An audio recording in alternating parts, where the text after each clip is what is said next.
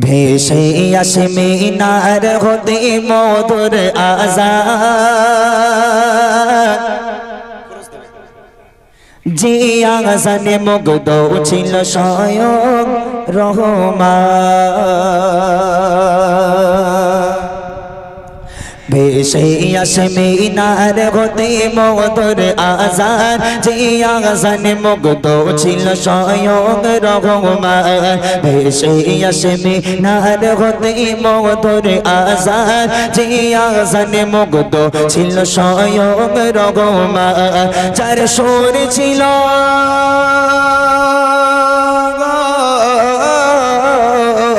যার সুর ছিল এত মায়া ভালোবাসার টান, যার সুর ছিল এত মায়া ভালোবাসার টান, যে আযানে না হাকিলে পাখি গাগিত না গান, যে আযানে না হাকিলে পাখি গাগিত না গান।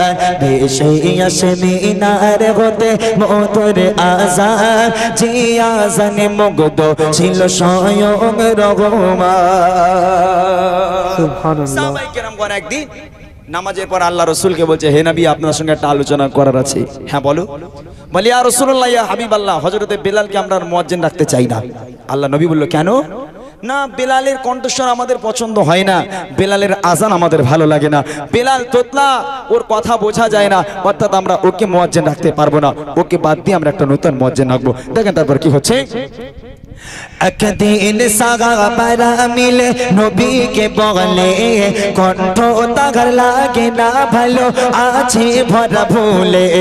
একদিন সাহাবারা মিলে নবীকে বলে, কণ্ঠ তার লাগে না ভালো, আছে ভরা ভুলে।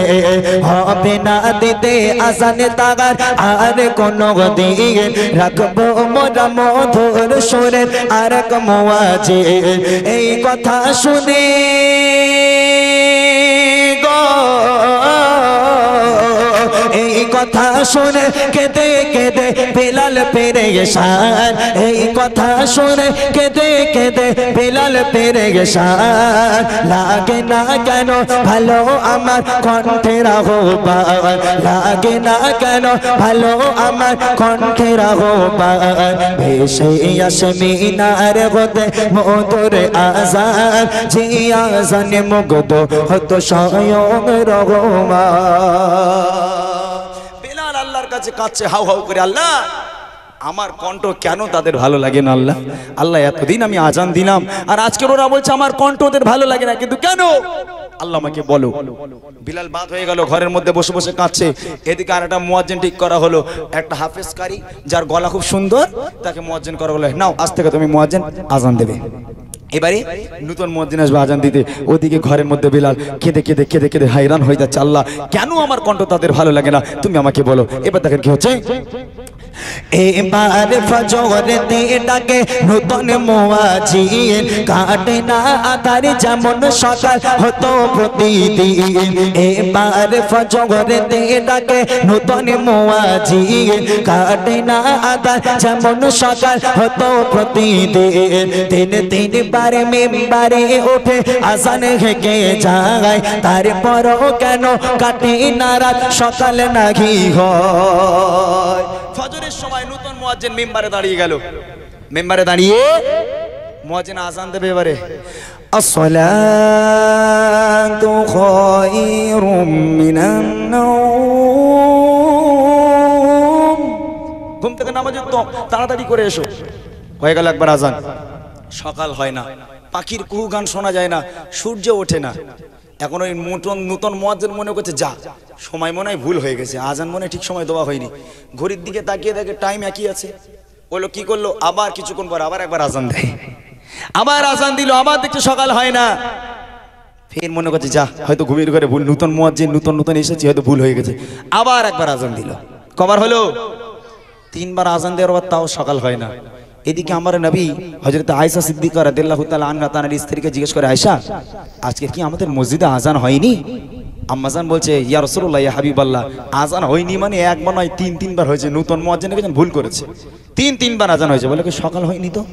সঙ্গে সঙ্গে জিবরিল আমিন আল্লাহ রাসূলের কাছে নেমে এলো। নেমে এসে কি বলছে দেখেন, এবার ফজরেতে ডাকে নতুন মুয়াজ্জিন কাটে না আধার যেমন সকাল হতো প্রতিদিন তিনবার মিম্বারে উঠে আজান হেঁকে যায় তারপরও কেন কাটে না রাত সকাল নাকি হয় জিবরিল আমিন গো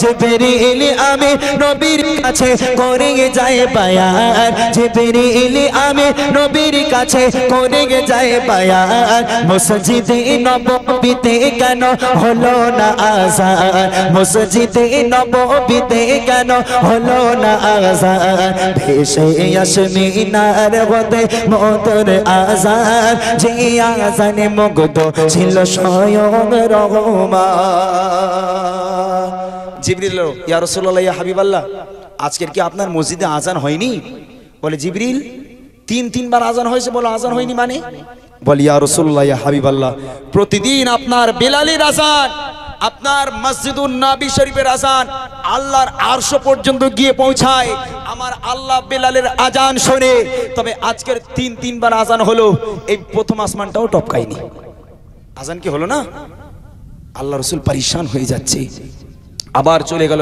জিবরিল সালাম আল্লাহর কাছে থেকে বাড়ি নিয়ে রাসূলের কাছে আসলো এদিকে রাসূল বুঝতে পারলো ব্যাপারটা সঙ্গে সঙ্গে সাহাবাদের ডাকলো সাহাবারা হবে না মুয়াজ্জিন চেঞ্জ করতে হবে কেন বলে ও মুয়াজ্জিন যদি আজান দেয় আল্লাহ পাক আমার কাছে ওহী পাঠিয়েছে কাল কিয়ামত হয়ে যাবে সকাল হবে না জোরে বলুন জোরে হবে না সুবহানাল্লাহ বিলালকে নিয়ে এসো না হলে কিন্তু তোমরা সূর্যের আলো দেখতে পাবে না এ মুয়াজ্জিন বাদ দাও এদিকে হযরতে বিলাল হাউ হাউ করে কাঁদছে আল্লাহর কাছে আল্লাহ আমার দোয়া কবুল করো আমাকে পুনরায় আবার মুয়াজ্জিন করিয়ে দাও বেলালের দোয়া কবুল হয়ে গেল আল্লাহর সঙ্গে সঙ্গে ওহী নাজিল হয়ে গেল হে নবী যতক্ষণ পর্যন্ত বেলাল মিম্বারে না দাঁড়াবে ততক্ষণ পর্যন্ত সূর্য উদয় হবে না এবারে দেখেন কি হচ্ছে হযরত বেলাল সারা রাতে একটু ঘুমায় না ও সোফার আরজি নিয়ে বলে রব্বানা দয়া করে আমার দোয়া কবুল করে না পুনরায় আবার আমায় মুয়াজ্জিন করে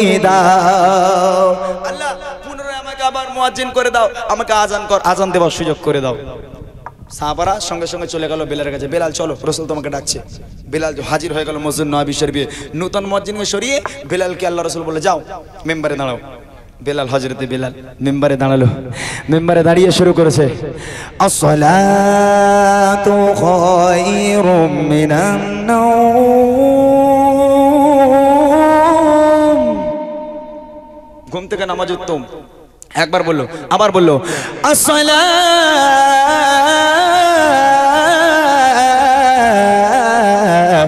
খায়রুম মিনান নাওম এই কথা বলার সাথে সাথে আমার আল্লাহ আঁধারকে সরিয়ে দিয়ে সূর্যের রশ্মিটা আল্লাহ পাক দুনিয়ার বুকে ছড়িয়ে দিয়েছে একবার জোরে বলুন হযরতে বেলাল আজান দিল তারপর সকাল হলো তাই কবি বলছে হযরত বেলাল সারা রাতে একটু ঘুমায় না ও সোফার আরজি নিয়ে বলে রব্বানা দয়া করে আমার দোয়া কবুল করে না পুনরায় আবার আমায় মুয়াজ্জিন করে দাও কবুল করে কবুল করে খোদা পাঠায় নবীর কাছে পেগাম হবে না সকাল বেলাল যদি না হাকে আযান হবে না সকাল বেলাল যদি না হাকে আযান ভেসে আসে মিনার হতে মধুর আযান যে আযানে মুগ্ধ হতো স্বয়ং রহমান যারা হাজী সাহেব আছেন যারা মক্কা শরীফে যায় মক্কা শরীফে দেখবেন মসজিদ নবী শরীফে একজন বৃদ্ধা লোক আজান দেয় লোকটা বয়োজ্যেষ্ঠ লোক দাঁড়িয়ে আছে ওই লোকটা আজান যখন মানুষ বুঝতে পারবে যে হ্যাঁ ওই লোকটা আজান দেবে মেম্বারে যাচ্ছে 2 ঘন্টা 3 ঘন্টা আগে থেকে জায়গা বুকিং থাকে বসে থাকবে উঠবে না আজান শুনে তারপর যাবে আর আমাদের মুয়াজ্জিনরা আজান দিলে ছেলেপুলে কানে হাত দিয়ে পালায় হ্যাঁ যদি বলে হাইয়া আলাস ফালা আল্লাহু আকবার এই তো আজান জি একদম ঠিক একদম না না, এখানকার কথা আমি বলছি না, কিছু কিছু জায়গায় প্রোগ্রামে গিয়েছি, বিশ্বাস করবেন না আপনারা। আল্লাহ আকবার। যেহেতু আমরা ইসলামিক লাইনে ছিল, আমরা মাদ্রাসায় পড়াশোনা করেছি। আমাদের শরীফুল ভাই কই বসে, শরীফুল ভাই ছিল, ওকেও জিজ্ঞেস করবেন, প্রোগ্রামে যায় তো কিছু কিছু জায়গায় এরকম দেখতে পাওয়া যায়। তবে বেতন না দিলে তো এরকম হবেই বাবা, তাই না? আর মুয়াজ্জিনকে যদি বলে তুমি ঝাড়ু পোছা লাগাও, পুরো মসজিদটা পরিষ্কার করবে, আজান দেবে, 1000 টাকা করে দেবো, তা আল্লাহ আকবার আল্লাহ আকবার এরকম হবে না? তা কি হবে? হ্যাঁ জি, মুয়াজ্জিনের বেতন বাড়াতে হবে, ইমাম সাহেবের বেতন বাড়াতে হবে। মক্কা শরীফে একটা ইমাম আছে যার নাম ছিল কারি আব্দুর রহমান আস-সুদাইস। এই মানুষটা যখন তখন একবার করে আসে নামাজ পড়ানোর জন্য। ওই মানুষ যখন মানুষ শুনবে যে ওই লোক নামাজ পড়াতে আসবে, একদিন আগে থেকে সব বসে থাকে নামাজ পড়ার জন্য। বুঝতে হবে এখানে যে আজকের ইমাম যদি ভালো হয়, মুয়াজ্জিন যদি ভালো হয়, তাহলে যুবকেরা কোনো দিনের জন্য নামাজ কাজা করবে না। ওরা বলবে এই ওই ইমাম সব হেভি নামাজ পড়ায়, চ যাই নামাজ পড়ি, ওদের মনে এমনি টানবে, তাই না? জি, মুসল্লি বাড়বে। ইমাম ভালো হলে, মুয়াজ্জিন ভালো হলে মুসল্লি বাড়বে। আর ইমাম যদি এরকম নড়বড়ে হয়, মুয়াজ্জিন যদি নড়বড়ে হয়, এরা কোনোদিনই মসজিদ মুখ হবে না। শেষ কথা কবি লিখছে, দেখে আদেশ করে দয়ার নবী ও সাহাবারা, বেলালকে ডেকে আনো তোমরা আবার দুবারা। যখনই বেলাল পুনরায় মিম্বারে দাঁড়ায়, আধার বেল সূর্য তখন মুচকি হাসি দেয়। তাই বলে